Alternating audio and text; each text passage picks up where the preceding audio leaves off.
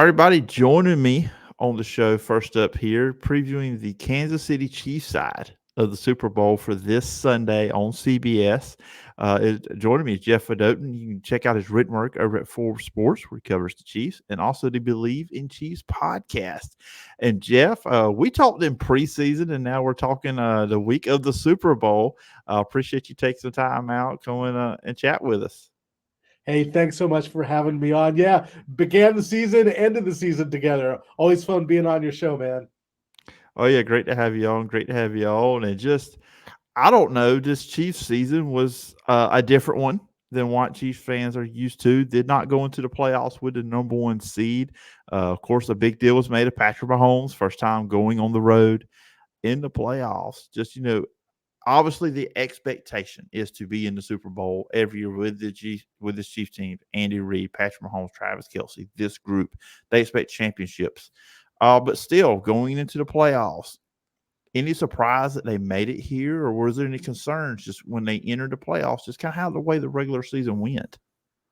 Absolutely, and especially given the tough path, having to play a really hot Buffalo team in Buffalo. I didn't think they'd win that game, and maybe the team that was playing the best or most talented team in football having to go on the road in Baltimore.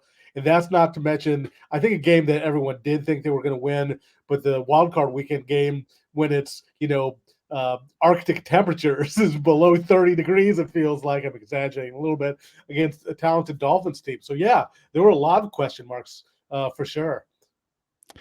And obviously going into the playoffs again, like I said, the Miami game, I kind of felt like Miami, they would beat Miami just because I don't think Miami plays good against good teams. That's just Right. The only good team they beat was Dallas, but I think Miami and Dallas were like, if you put a mirror in one of them, you see it's the reflection of 100%. Super of each other. talented and shrinking in the biggest moments. I'm with you, Phillip. Yeah, Travis Kelce, he's been really big in these playoffs, and we know his talent, obviously on the field, but he had issues with drops as well this year. That was surprising. We know the receivers had those issues, but Travis Kelce had some issues this year. But he's really stepped up in these playoffs. What have you seen maybe a little bit different with Travis Kelce in the playoffs versus what we saw in the regular season? Patrick Mahomes is saying that he's a guy who, when the lights are the brightest, that's when he steps up. And given that he has that playoff record that he broke of Jerry Rice of the most the most touchdowns from quarterback to tight end, quarterback to any kind of receiver, just shows that is the case. Of course, he's played in a lot of postseason games, but hasn't played well. So that's part of it. I think Philip, Patrick Mahomes is also talking about this. I think Kelce, he struggled. I struggled by his standards, which is arguably the best tight end of all time in the NFL. I think he was kind of banged up. He missed week 1 with a knee injury, and he kind of sprained an ankle, played through it against the Vikings. I think he was really banged up. I think he had that week off, the final week of the season, and I think he was rejuvenated physically and mentally. Just even the way he's known for celebrating and dancing in the end zone, we didn't see that this year in the playoffs. You saw him; he was certainly animated against the Ravens the week before against the Bills, making the heart sign, with his hands. So I think he is very rejuvenated. Looks like the Travis Kelce of old now. Yeah, he does. And look, when you're passing Jerry Rice in anything, that's all time great. For the longest, and another Kansas City Chief, Tony Gonzalez. I kind of had. I was a lot of people. I know a lot of people viewed him as the greatest tight end, or obviously up there because he had that career where he was consistent for a long time. It wasn't just like a small group of years. I mean, he was into his third, and then the years with the Falcons, he was really good. Kelce's getting up there in that. Oh, I guess he's now at the tight end position. Everybody's forgotten about Tony Gonzalez a little bit, what he did in Kansas City. And now, Kelce, of course, the championships obviously matter too, but still, the all-time status of Kelce is just growing and growing.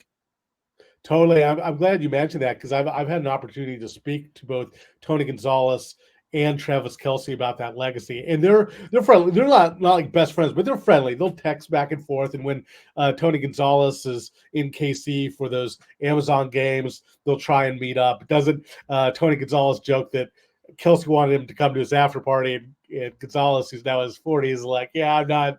I don't quite have the energy anymore. But it's really cool that Kelsey continues to call Gonzalez the best and the best Chiefs tight end, and similarly, Gonzalez like jokes that he's not one of these old men who's like, oh, I want to keep my records. He's like, go for it, young buck. I want you to smash all my records. So there's a lot of mutual respect. And Tony Gonzalez was outstanding, just his consistency and how long he played.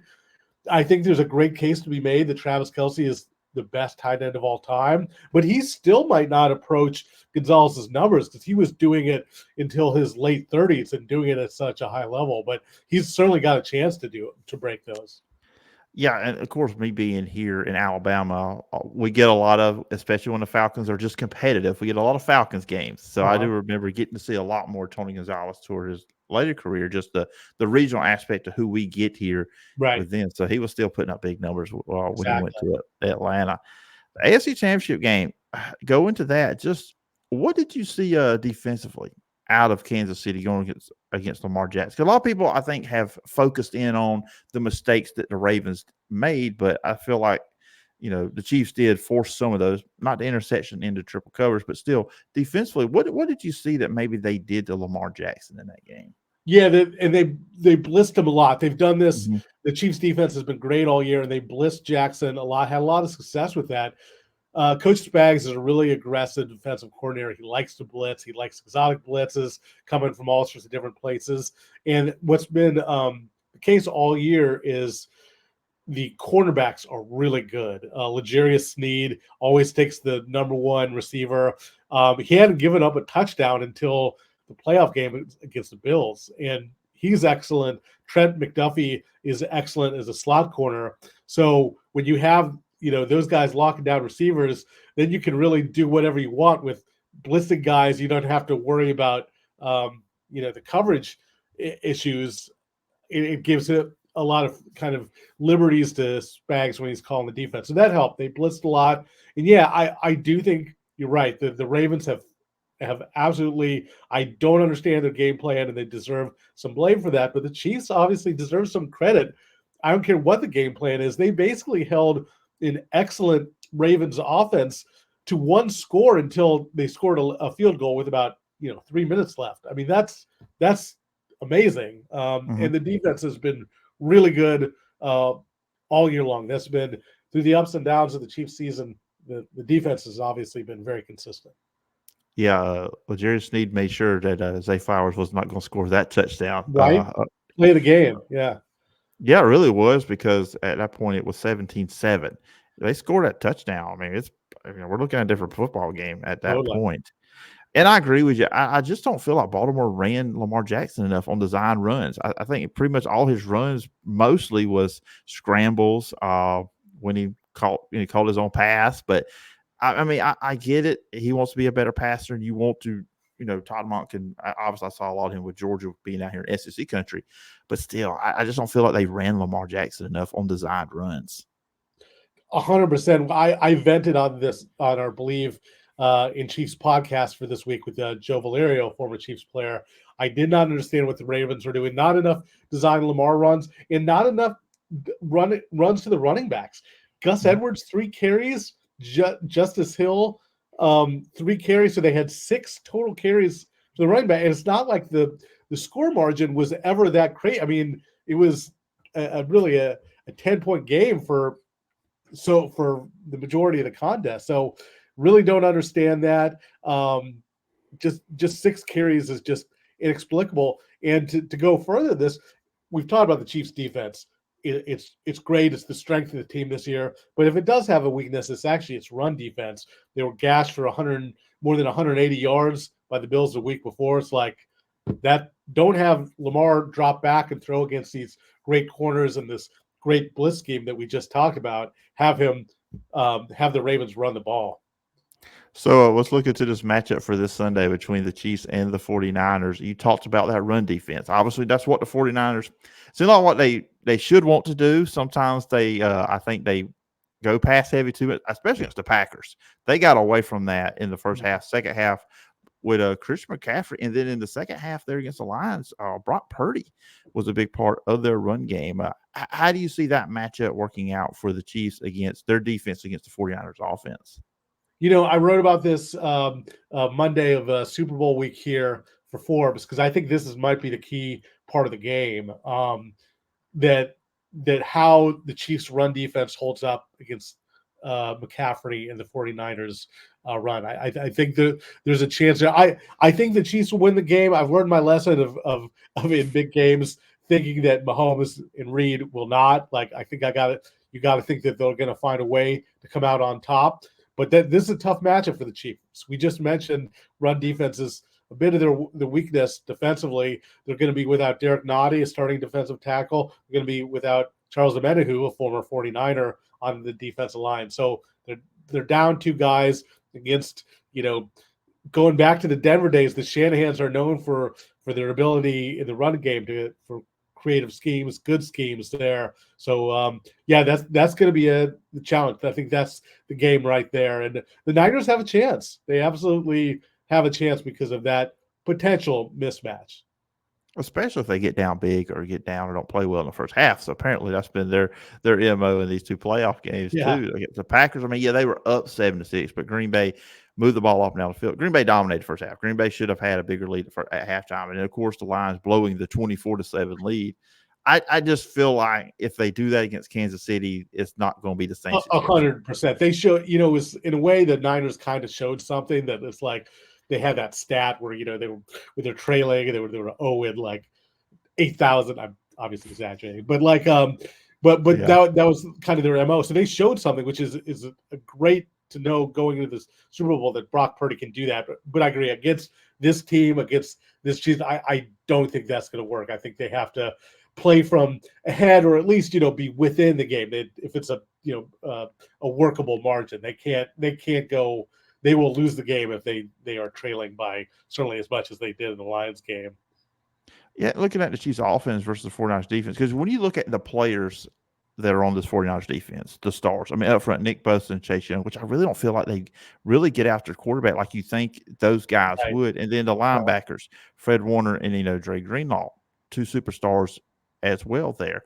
But if you like watching these two games with the 49ers against the Packers found some wide open space with receivers, and Aaron Jones had a good day on the ground. And then we saw last week, in the NFC Championship game, the Lions had success, particularly obviously in the first half, getting up 24-7. I still think they had some success. They just had some blunders offensively trying to keep that lead when the 49ers made their comeback. So there's some opportunities here for the Chiefs to make some big plays offensively if the 49ers are going to do what they did in previous playoff matchups. Absolutely. We just talked about the issues with the Chiefs' run defense. Now, during the season, the 49ers' run defense was ranked pretty high, but as you mentioned, in the playoffs against both the Lions and the Packers, they weren't great, and the Chiefs have an opportunity to exploit that.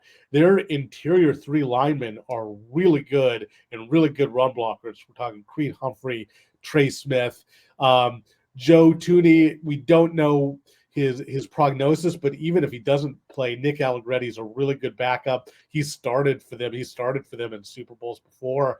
So, and Pacheco runs really hard. He was a little banged up going into the AFC Championship game, but he now has had 2 weeks to rest up. So yeah, that's absolutely an issue. If the Niners if they play the run like they did against the Packers and the Lions, they're going to lose this game. That's the Chiefs have too many other good things going for them. If Pacheco is running wild to the degree that Aaron Jones and the Lions running backs did, yeah, that's going to be trouble for sure. Yeah, I feel like Pacheco is like one of those unsung heroes of this Chiefs team. He doesn't get a lot of praise, but a lot of times you look at the stats, he's got solid numbers week in, week out. Obviously, he's not just a running back, he's a threat in the passing game as well. He doesn't get a lot of mention, but kind of an unsung hero here for Patrick Mahomes.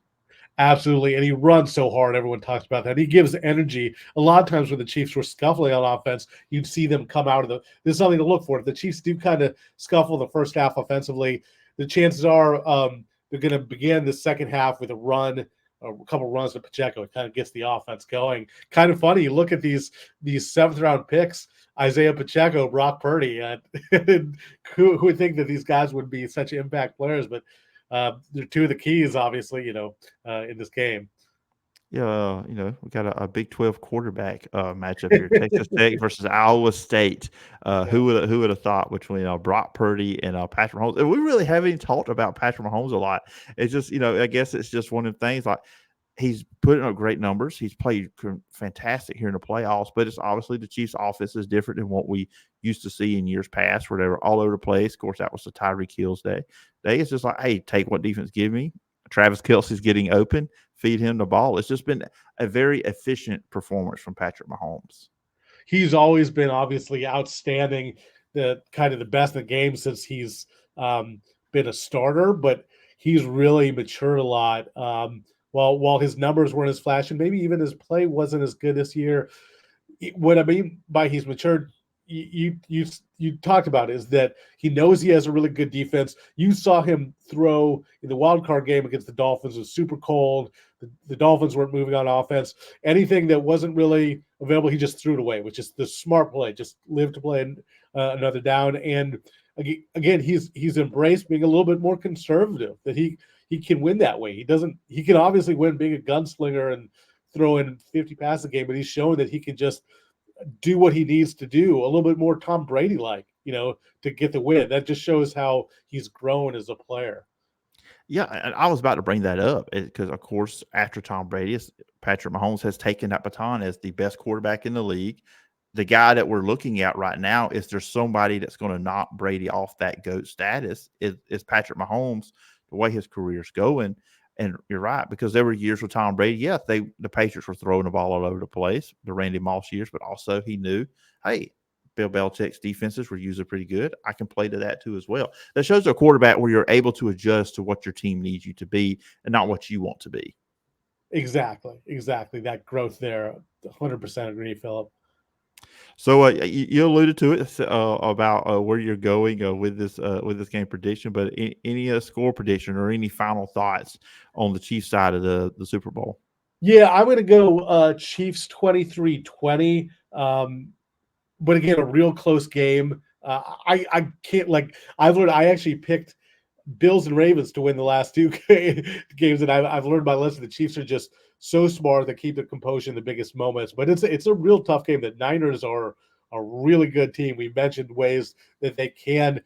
I know the Niners are favored, but I think most people think they're kind of the underdog. But there's definitely a lot of paths that they could spring this quote unquote upset, if you want to call it that. But I'm going Chiefs 23-20 in a very close, very good Super Bowl. Yeah, it should be a good one. I think a lot of people are going to be like you that have picked against the Chiefs the last couple Yeah. games are going to say not do that, but it's going to be a fun game. This is a fun conversation, Jeff. Appreciate you coming on to break down the Kansas City Chiefs side of the Super Bowl. If the listeners or viewers want to check you out, where can they find you? Yeah, you can check out all my writing from the Super Bowl here in Vegas at Forbes.com. You can search my name, Fedotin, that's Fedotin, and check out Bleav in Chiefs, Bleav in Chiefs. That's the podcast I do with former Chiefs offensive lineman. He used to catch touchdowns from Joe Montana as an eligible receiver, so kind of a cult hero back in Kansas City. All right, everybody go check out the written work, check out the podcast there with Jeff. And Jeff, appreciate the time and look forward when we get to do this again sometime down the road. Thanks so much, Phillip.